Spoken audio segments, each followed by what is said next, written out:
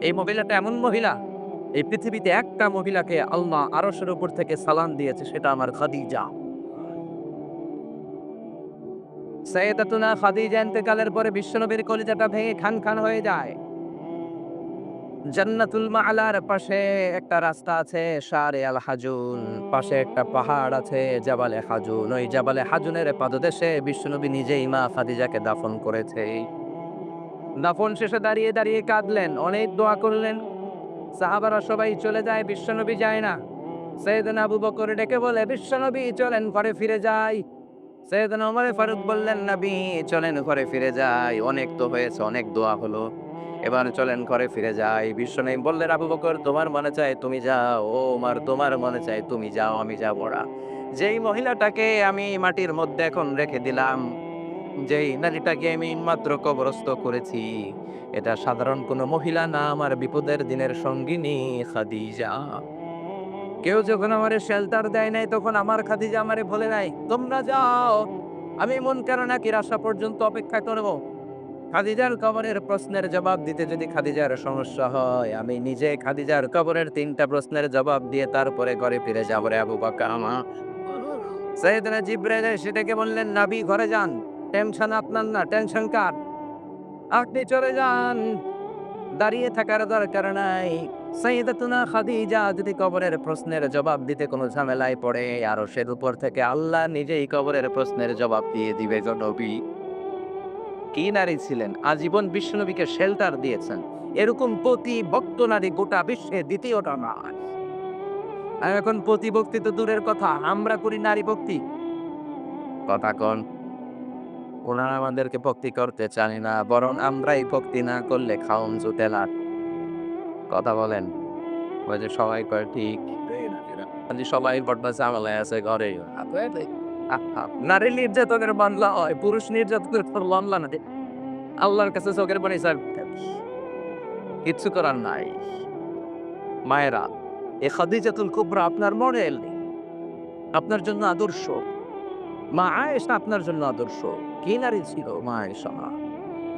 বিশ্বনবী বললেন, আয়েশা ইন্নী রাআইতুকি ফিল মানামি সালাসা মাররাত, ৩ বার আমি তোমারে স্বপ্নে দেখেছি। ৪র্থ বার সাইয়েদনা জিবরাইল জান্নাতের রেশমি কাপড়ে মায়ের চেহারাটা এনে বললেন, ও নবী দেখেন তো কেমন লাগে? বিশ্বনবী বললেন, ভালো লাগে। জিবরাইল বললেন, তাহলে বিয়ে হয়ে যাক। সুবহানাল্লাহ পড়েন। বিশ্বনবী বললেন, জিবরাইল তুমি যদি বিয়ের ঘটক হও, আল্লাহ যদি হয় কাজী, আমি মুহাম্মদ এই বিয়েতে রাজি। বিশ্বনবী সম্মতি প্রকাশ করলেন, আমি রাজি। আকাশ থেকে আল্লাহর কাছ থেকে ডিসিশন আসলো, বিয়ে হইবে আমাদের দুজনের। কিন্তু ঘরে তো ফার্নিচার নাই, জাজিম বালিশ এগুলো কিচ্ছু নাই, আছে খালি সুখ। আছে কি? কাগজ। ও মিয়া টাকা দিয়ে সুখ কিনা যায় নাকি? কেনা যায়? নরসিংদী বাজারে এমন কোন দোকান আছে সুখ বেচে? আমার অনেক দরকার সুখ। যাওয়ার সময় আমি গাড়িতে বের হয়ে যাও। আছে?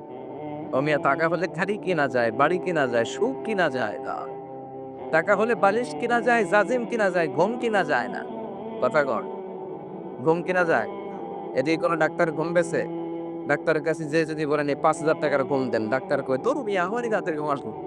তোমারে কি ঘুমের ঘুম দিব আমি?"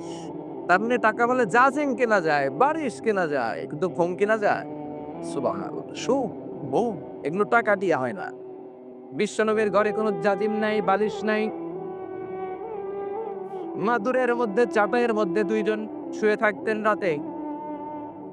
বিশ্বনবী তাহাজ্জুদের জন্য দাঁড়ালে মা আয়েশা বিশ্বনবীর সেজদার জায়গায় শুয়ে থাকতো। সেজদা দিতে গেলে মা আয়েশার চিমটি কাটলে মা আয়েশা পা সরাতেন। আবার সিজদা থেকে বিশ্বনবী দাঁড়িয়ে গেলে মা আয়েশা পা বিছিয়ে শুয়ে যেতেন। কি সুখ! এত ভালোবাসতেন মা আয়েশাকে, আদর করে ডাকতেন ইয়া আইশু। কি বলতেন? ইয়া আইশু। আবার ডাকতেন ইয়া হুমায়রা। আবার বিশ্বনবী বলতেন, আয়েশা কখন তুমি আমার উপর সন্তুষ্ট, আবার কখন তুমি আমার উপর নাখোশ, সবটাই কিন্তু আমি টের পাই রে আয়েশা। মা আয়েশা বললেন, ও নবী কখন আপনি বুঝেন যে আমি রেগে আছি, আর কখন বোঝেন আমি আপনার উপর খুশি? বিশ্বনবী বললেন, যখন তুমি রেগে থাকো তখন তুমি দোয়া করার সময় আল্লাহরে ডেকে বলো, ও সৈয়দনা ইব্রাহিমের আল্লাহ, আপনি মদিনার উপর রহমত করেন, বরকত করেন। আর যখন তুমি আমার উপরে খুশি থাকো তখন তো আর শোনায় বলো, ও মুহাম্মদ সাল্লাল্লাহু আলাইহি সাল্লামের আল্লাহ, শেষ নবীর আল্লাহ, আপনি রহমত দিয়ে মদিনাটাকে ভর্তি করে দেয়। তার মানে যখন রেগে থাকো আমার নামটা মুখে নিতে চাও না, অন্য নবী দিয়ে দোয়া চালায় দাও। সুবহানাল্লাহ পড়েন। মা এসে ডেকে বললেন, নবী গো, আমি তো শুধু মুখ দিয়েই আপনার নামটা উচ্চারণ করি না, কিন্তু কলিজা থেকে তো আপনারে বাদ দিতে পারি না গো নবী। শুধু মুখেই তো বলি না, কলিজায় তো আপনি আছেন। আল্লাহ আকবার। এত ভালোবাসতেন বিশ্বনবী মা এসাকে মাঝে মাঝে কাঁধে তুলতেন। কাঁধে তুলে জানালা ফাঁক করে পর্দা সরিয়ে খেলাধুলা দেখাতেন।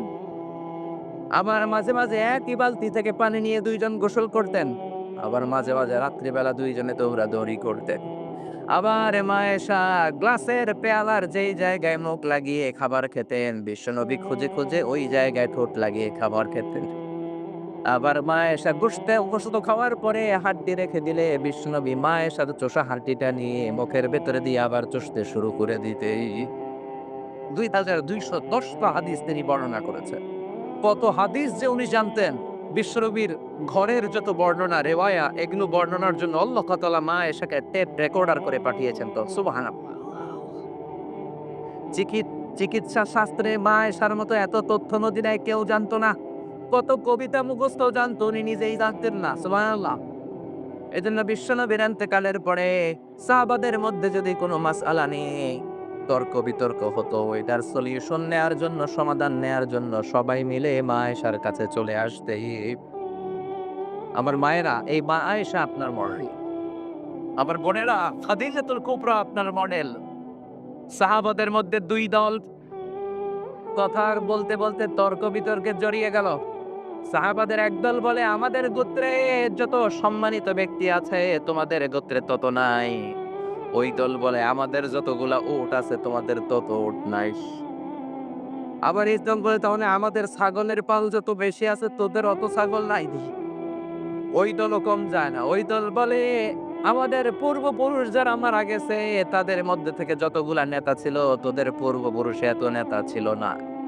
দুনিয়ার সম্পদ আর চাকচিক্যময় জিনিস নিয়ে সাহাবাদের মধ্যে তর্ক আর দ্বন্দ্ব শুরু হয়ে গেল। কে বড়? তোরা বড় নাকি আমরা বড়? আল্লাহর কাছে বিষয়টা পছন্দ হয় নাই। সাহাবীদের সাথে বিষয়টা মানায় না। সাহাবীদের শানের সাথে যায় না। এজন্য সাহাবীদেরকে শিক্ষা দেওয়ার মাধ্যমে গোটা বিশ্বের সবার চোখে আঙ্গুল দিয়ে আল্লাহ বুঝাতে চাইলেন, এই সম্পদের বড়াই করে, ক্ষমতার বড়াই করে কোনো লাভ নাই। কেউ থাকতে আসে নাই, চলে যেতে হবে। ঠিক কি না? তখনই আল্লাহ আয়াতটা নাযিল করে দিলেন, আল্লাকুমুত তাকাসুরু হাত্তা যুরতুমুল মাকাবির। দুনিয়ার লোভ, লালসা, দুনিয়ার চাকচিক্য, দুনিয়ার প্রাচুর্য তোমাদেরকে গাফেল করে দিয়েছে। দুনিয়ার লোভ, টাকা, পয়সা, ক্ষমতা, এগুলো তোমাদেরকে গাফেল করে দিয়েছে। এই গাফলতির সাগরে ডুবে তোমরা আখিরাতকে বেমালুম ভুলে গিয়েছো। এই গাফলতি তোমাদের কমবে না। হাত্তা যুরতুমুল, যতক্ষণ করে না তোমরা কবরে যাওয়া। কার কথা? আল্লাহ বললেন, এই দুনিয়াটা অত্যন্ত চমৎকার। দুনিয়াতে মানুষ আজীবন বেঁচে থাকতে চায়, কিন্তু আজীবন কি আমরা বেঁচে থাকতে পারবো নাকি? কবরের বাড়িতে আমাদেরকে যেতেই হবে, জোরে বলে ঠিক কিনা? একদিন মাটির ভেতরে হবে ঘরে মন আমার, কেন বাঁধো ও দালান ঘরে মন আমার, কেন বাঁধো দালান ঘর? একদিন মাটির ভেতরে হবে ঘরে মন আমার, কেন বাঁধো দালান ঘরে মন আমার, কেন বাঁধো দালান ঘর? প্রাণ পাখি উড়ে যাবে পিঞ্জর ছেড়ে, ধরা ধামে সবই রবে, তুমি যাবে চলে। বন্ধু বান্ধব যত, মাতা পিতা দ্বারা সুত, সবই হবে তোমার পরে মন আমার, কেন বান্ধো দালান ঘর? একদিন মাটি এর ভেতরে হবে ঘরে মন আমার, কেন বাঁধো দালান ঘর? ঠিক কি না? কথামালাগুলো সুন্দর না? শিক্ষা আছে না অনেক? হেদায়েতের জন্য 2 লাইন খেয়াল করলে যথেষ্ট, চিল্লাইব না, ঠিক কি না? কবরের বাড়িতে আমাদেরকে যেতে হবে, বাঁচার কোনো উপায় নাই। কিন্তু পাগলের মতো আমরা কিসের লোভে যে পড়ে আছি আমরা নিজেরাই জানি না। পুরো পৃথিবীটা আসলে একটা ধোঁকা। এটা একটা মোহ। আমরা মোহাচ্ছন্ন হয়ে আছি। পৃথিবীটা একটা মরীচিকা। মরার পরে মনে হবে গোটা জীবনটা ছিল আমার একটা দুঃস্বপ্ন। নতুন এক জগতে আমরা প্রবেশ করব, ঠিক কি না? এজন্য কবরে আমাদেরকে যেতেই হবে, মরতেই হবে। কুল্লু নাফসিন যায়িকাতুল মাউত। সব আত্মাকে মৃত্যুর স্বাদ নিতে হয়। কার কথা? মরতেই হবে, বাঁচার কোনো উপায় নাই। The most certain thing in our life is death. And the most uncertain thing in our life is the time of death. আমাদের জীবনের সবচেয়ে সুনিশ্চিত বিষয় হচ্ছে মৃত্যু, মরবই। এটা আমরা সবাই জানি। কিন্তু সবচেয়ে অনিশ্চিত বিষয় হচ্ছে the time of death, মরার সময়টা। কখন মরবো আমরা জানি না। ওমা তাদরি নাফসুন বিআইয়ি আরদিন তামুত। কখন যে মরবো আমরা কেউ জানি? আমরা যে মরবো এটা সবাই জানি না? কথা বলে। কিন্তু কখন মরবো এটা জানি? মৃত্যু হচ্ছে মানুষের জীবনের সবচাইতে ভয়ংকরতম একটি অভিজ্ঞতা। এই অভিজ্ঞতা সবারই নিতে হবে। কিন্তু এই অভিজ্ঞতাটা নিতে আমার কেমন লেগেছে, এটার স্বাদ কেমন, কারোর সাথে শেয়ার করে যাওয়া যায়? কারো কাছ থেকে আন্ডারস্টুনিও নাই। এজন্য আল্লাহ বললেন, পৃথিবীটা ধোঁকা, ধোঁকার সাগরে তোমরা বসবাস করেছো। টাকার পেছনে, মোহের পেছনে পাগলের মতো ছুটে বেড়াচ্ছ। এই মোহ তোমাদের কাটবে না যতক্ষণ না তোমরা কবরে ঢুকবা। আল্লাহকুমুত তাকাসুরু হাত্তা যুরতুমুল মাকাবির। দুনিয়ার গাফলতি, এই মনোভাব কোনোদিন তোমাদের কাটবে না যতক্ষণ না তোমরা কবরে ঢুকবা। কবরে ঢোকার আগ পর্যন্ত আমাদের এই মোহ কাটবে, আমাদের এই গাফলতি কাটবে। আমাদের শুধু আরো চাই। বেশি, বেশি চাওয়ার মানসিকতা আমাদের আরো লাগবে। আরো লাগবে, আরো চাই, এরকম আছে না নাই? যার সাইকেল আছে ও হুন্ডা চায়। চায় না? যার হুন্ডা আছে ও প্রাইভেট কার চায়। যার প্রাইভেট কার আছে ও হেলিকপ্টার চায়। যার হেলিকপ্টার আছে ও প্লেন চায়। আছে না নাই? আবার যে মেম্বার হয়েছে চেয়ারম্যান হতে চায়। তাই না? চেয়ারম্যান মনে ভাবে যদি পার্লামেন্টে যাইতে পারতাম ভালোই হইতো। এলাকাবাসীর জন্য অনেক কিছু করতাম। আছে না নাই? পার্লামেন্টও নিয়ে গেলেন ওনারে। এবার মনে ভাবে একটা মিনিস্ট্রি যদি পাই খারাপ হয় না। মন্ত্রণালয়ের দায়িত্ব পেলে ভালো হয়, মন্ত্রী ভাব আছে না নাই? আল্লাহ মন্ত্রীও বানাই দিছে, এখন বাকি কয়টা? কথা ক। এবার ভাবে কেমন করে ওইটা হওয়া যায়, কিন্তু সুযোগ নাই। এই দেশে মাত্র ২ টা, হয় এইটা নয় এইটা। দুটোরই কক সেই কিটা? আমাদের কোনো আলাদা চয়েস নাই। হয় উনি নয় উনি। যেই আসুক শান্তিপূর্ণভাবে যেন আমরা থাকতে পারি, ঠিক কি না? তার মানে চাহিদার শেষ নাই। টাকা আছে, গাড়ি আছে, বাড়ি চাই, বাড়ি আছে, নারী চাই, এটা আছে, ওটা চাই, ওটা আছে, সেটা চাই। মানুষ আর চাহিদার কোনোদিন শেষ হয় নাকি? কথা বলেন। অনেকে অ্যানালগ মোবাইল ইউজ করেন না? মানে ভিডিও দেখা যায় না। আছে না নাই? নরমাল নোকিয়া সেটগুলো আছে না? ওর বড় আশা ওই যে সবাই যে টিপ্পা ইউজ করে রে, একটা অ্যান্ড্রয়েড সেট যদি ইউজ করতে পারতাম, আমিও যদি টাচ মোবাইল ইউজ করতে পারতাম, আমিও যদি ভিডিও করতে পারতাম। অ্যান্ড্রয়েড সেটের ব্যবস্থা আল্লাহ করে দিল। এবার কয় সবাই এক ধরনের মোবাইল ইউজ করে, পিছনে একটা আপেল দেখা যায়, আপেল। আছে না নাই? একটা আপেল মার্কা যদি পাইতাম, আল্লাহ এটাও দিয়ে দিছে। এবার মনে ভাবে যদি একটা আইপ্যাড পাইতাম। আইপ্যাড আল্লাহ দিছে, এবার তো একটা ম্যাকবুক প্রো যদি পেতাম। চিনো?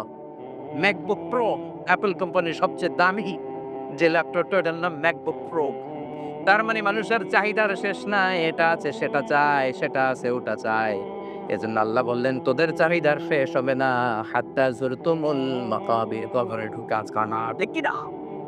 সবারটাই আমাদের এমন। আরো লাগবে, আরো চাই, আরো ধন। দুনিয়াটা খামু, সব আমার। আমার পেট হলে এর দূর, আমি সব খামু। এরকম তাকাইতাছে না নাকি? সব খেতে চায়। বলে গোটা দুনিয়াটা আমার, সবটা আমি খামু, সব আমার একা। আরো চাই, বেশি, বেশি চাওয়া হলো ফকিরের স্বভাব। যেমন জুমার নামাজ আজকে ছিল জুমার দিন। জুমার পরে দেখবেন যারা ফাকির, যেদিকে টাকা দেয় ওইদিকে হাত দেয়, আছে না নাই? এদিকে একজন দিতেছে, এদিকে খাপলা মারে। আবার ওদিকে একজন দিতেছে, ওদিকে, আবার ওদিকে, আবার ওদিকে, আছে না নাই? লাগলেও খোঁজে, না লাগলেও কথা মত। কথা কন। এই শহরটা কাদের? ফকিরদের। আমাদের মধ্যে এই স্বভাব আছে না নাই? এজন্য আমরা সবাই ফকির। ধনী একজন তিনি কে? আল্লাহ। ইয়া আইয়ুহান-নাসু আনতুমুল ফুকারাউ ইলাল্লাহি ওয়াল্লাহু হুয়াল গানিয়্যুল হামিদ। ও আমার গোলামেরা, তোরা হলি ফকির, ধনী একজন তিনি কে? এজন্য আমাদের চাহিদার কোনো শেষ নাই, চাওয়া পাওয়ার কোনো শেষ নাই, শুধু আরো চাই, আরো চাই, আরো লাগবে, শুধু প্রতিযোগিতা। কেক মোহের পেছনে যে আমরা ছুটছি, আরো লাগবে, আরো প্রতিযোগিতা, আনলিমিটেড ডিমান্ড, শেষ হয় না। এবার সেটা তো আমাদের মধ্যে আছে না? আরো লাগবে আরো। উনি কামায় 20,000, আমার কামাইতে হবে 30,000। ওনার ফ্ল্যাট 2টা, আমার লাগবে কয়টা? আমার লাগবে 4টা। কিন্তু উনি যে তাহাজ্জুদ পড়ে ওই চিন্তা নাই। উনি তাহাজ্জুদ গুজার, আমারও আর তাহাজ্জুদ বেশি বেশি পড়ে আল্লাহর প্রিয় বাজান হওয়া দরকার, ওই চিন্তা নাই। জোরে কোন ঠিক কিনা? প্রতিযোগিতা, কম্পিটিশন, কেমন করে বড় টাওয়ার বানানো যায়। বিষ্ণু বলেছেন কিয়ামতের আগ দিয়ে একটা আলামত ঘটবে। ওয়ান তারাল হুফাত আল উরাত আল আলাতা রিয়া আশ-শা'i ইয়াতাতাওয়ালুনা ফিল বুরয়ান। Before the day of judgment, you will see people will start to compete to constructing high rises building in your cities. তোমাদের শহরে বড় বড় আকাশচুম্বী স্কাই স্ক্রিপার বিল্ডিং বানানোর প্রতিযোগিতা কিয়ামতের আগে শুরু হয়ে যাবে। শুরু হয়েছে না? কথা কন। আচ্ছা, নরসিংদীতে মুরব্বী যারা আছেন বলেন, আজ থেকে 20 বছর আগে নরসিংদী শহরে বড় বড় দালান ছিল, টাওয়ার ছিল? ঢাকা শহরে আজ থেকে 20 বছর আগে এখন যেই অবস্থাটা, এরকম উঁচু উঁচু টাওয়ার ছিল? এই জন্য বিশ্বনবী বলেছেন, ওয়ান তারাল হুফাত আল উরাত আল আলাতা রিয়া আশ-শা'i ইয়াতাতাওয়ালুনা ফিল বুরয়ান। তোমরা দেখবে এমন কিছু লোক সমাজে, ওদের কিচ্ছু ছিল না, পায়ে দেওয়ার মতো জুতা ছিল না, গায়ে দেওয়ার মতো জামা ছিল না, খাওয়ার মতো কোনো খাবার ছিল না, হু হু করে এরা ধনী হয়ে যাবে আর সমাজের এদিকে ওদিকে বড় বড় টাওয়ার করার প্রতিযোগিতা শুরু করে দিবে। আছে না নাই? বিশাল টাওয়ারের মালিক। আরব বিশ্ব এই ক্ষেত্রে এক ধাপে এগিয়ে, খালি টাওয়ার বানায়। এবার হজে যাওয়ার সময় জেদ্দাতে দেখেছি পৃথিবীর সবচাইতে উঁচু টাওয়ার, কিংডম টাওয়ার। নাম শুনছেন? এটা গত 5 বছর ধরে এটার কনস্ট্রাকশন শুধু চলছে, আগামী বছর শেষ হবে। এটা উচ্চতায় প্রায় 1000 মিটার উঁচু। কত মিটার?